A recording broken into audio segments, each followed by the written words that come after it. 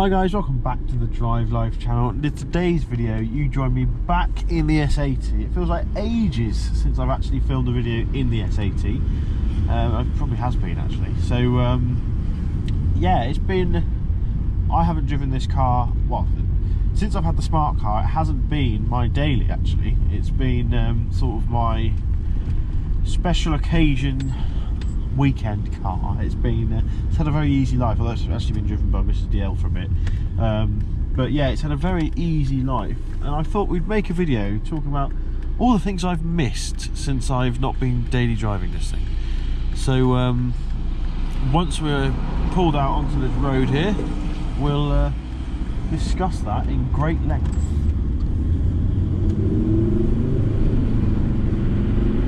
That's the first thing.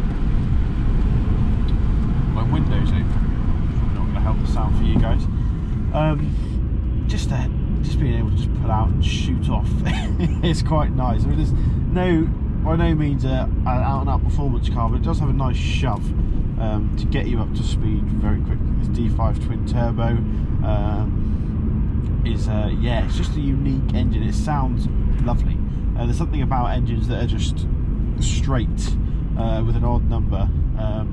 You only get 5 cylinders really, don't you? 3 cylinders, not quite the same, but yeah, just that, like straight 5s, straight 6s, just have that linear power where you just get going, and that's one of the things I've missed. And also the smoothness of the gearbox. Now the Smart has that semi-automatic sequential box, which just is nowhere near as smooth as this. If you have it in automatic mode, it likes to rev quite high before it changes.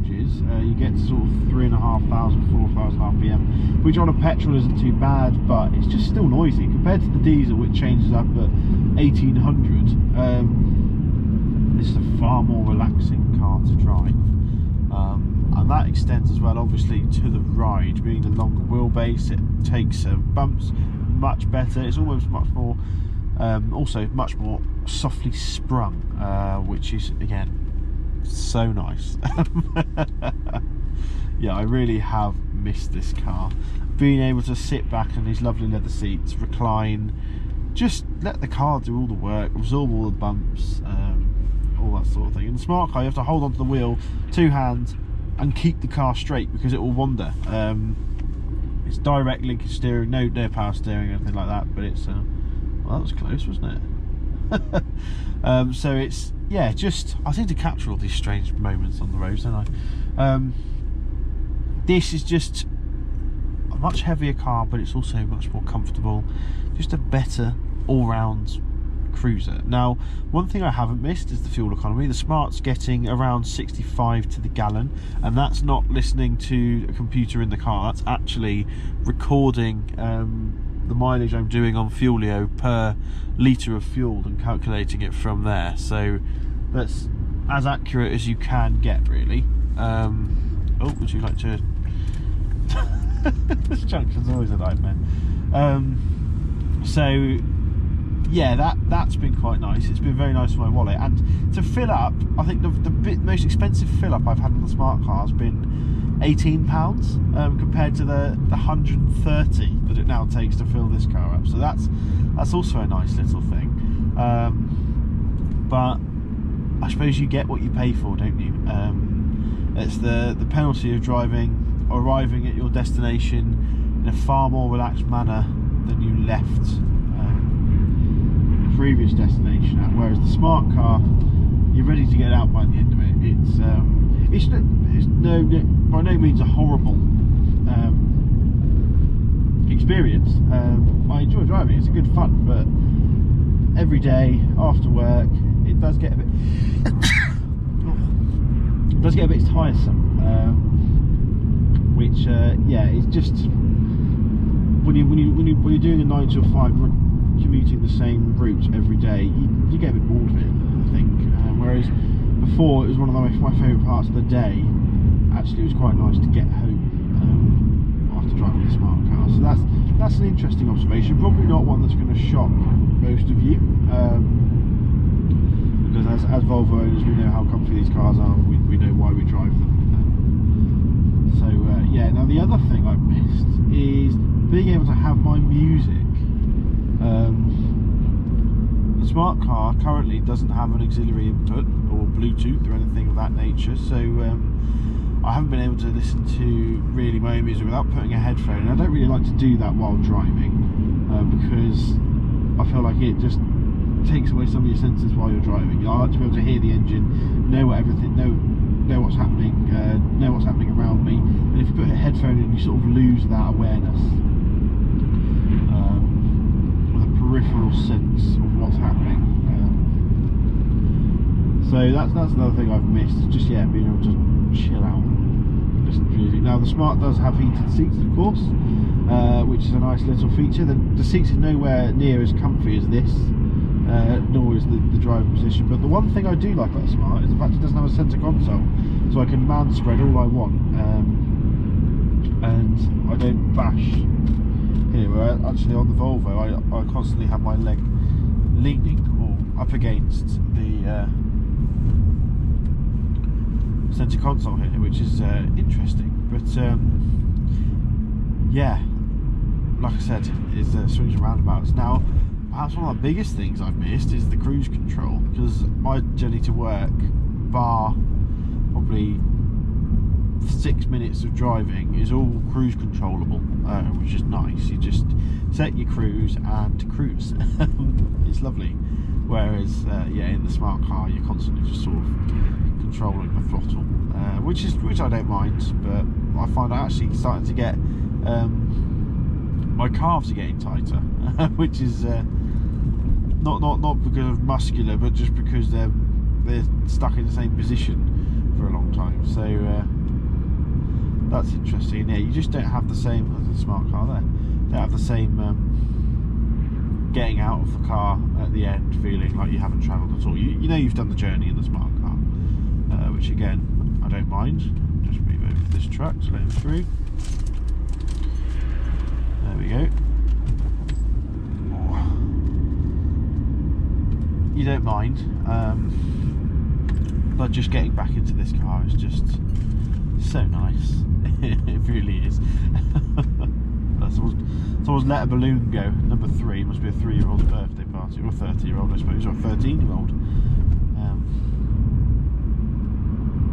But yeah, no, it's just nice to be back behind the wheel. Everything's much more chunky, everything's much more well built, everything's heavier. It just feels like a living room, like driving a living room, which I like. But yeah, so I think, let me know in the comments below if there's any cars that you've driven that you've just been desperate to get back to the Volvo. I mean, I'm still going to be driving the Smart car on a daily basis to keep the miles off this car. Not that it needs it, because it'll go on forever, but just so I can spend a bit of the money that I'm saving on fuel on keeping this car nice, because I think it deserves it now. It served me very well as a faithful companion. It was there when I needed it, when I really needed a car, and I didn't have the budget and to buy it at auction and fix it up, and it's trusted to be fabulous. The only issue we had was we had 2 new rear shock absorbers of £500 a piece, and the auxiliary belt. That's the only 3 things that have really gone wrong on this car. So I've driven 40,000 in it. That's not bad. My dad's GTE that he had, his Golf GTE, had more issues than that, and it was brand new, and it only done 28,000 miles by the time it had all those issues. So pretty lucky, but I guess that's the difference between a Volkswagen and a Volvo. Now, just got a blind junction here, so I'll just have to concentrate and not speak for a minute as the cars come at you at 60 miles an hour with very little warning. There we go. Another thing I missed is the space, being able to just leave a load of rubbish in the back.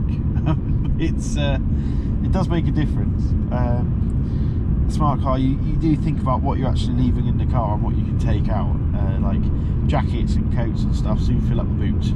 Whereas this, you can lose a jacket for 6 months in the back of this. And then you clean out, you're like, oh, that's where that jacket went, because it's just so vast. There's loads of places to store stuff. But I think I miss diesel as well. Having a petrol they're fine. They just rev a lot. You have to work with them a bit more. You can't just change up, or you have to be more focused on the gear changing. Transmission, it plays more of a role, and then especially in that smart car, it's not like a manual, so you have to move a stick backwards and forwards, which you have to do in a manual car, but it's sequential, a bit like when you put your Volvo over in manual mode. It's the same concept, except that's the only way you can do it, all with the auto, which is just rubbish and quite jerky when you have it in auto, whereas in manual you can sort of get used to it. And it gets very warm in that car. I haven't fixed the AC purely because for a 0.7 litre engine with 61 horsepower, the air conditioning reduces that to around 50 to 40 to 50 horsepower at the wheels, so it's quite a significant loss of power and fuel economy just to be cool. So I'll just open the windows a little bit, but it's nice to be able to sit here in 17 degrees and have the car, adjust the air temperature, adjust the fan speed, adjust where the air needs to go, just to keep me at that perfect temperature. It does make a difference. Yeah, we'll wrap that up there. I don't think we need to make this video any longer. I've just missed this car a lot, as I'm sure you guys can relate. I'm sure many of you have had to have a courtesy car at some point, or borrowed someone else's car and just thought, can't wait to get back in the Volvo. So yeah, thanks for watching. Don't forget to like, comment and subscribe. Let me know your thoughts if you've had any similar situations, and I'll see you in the next video. Cheers.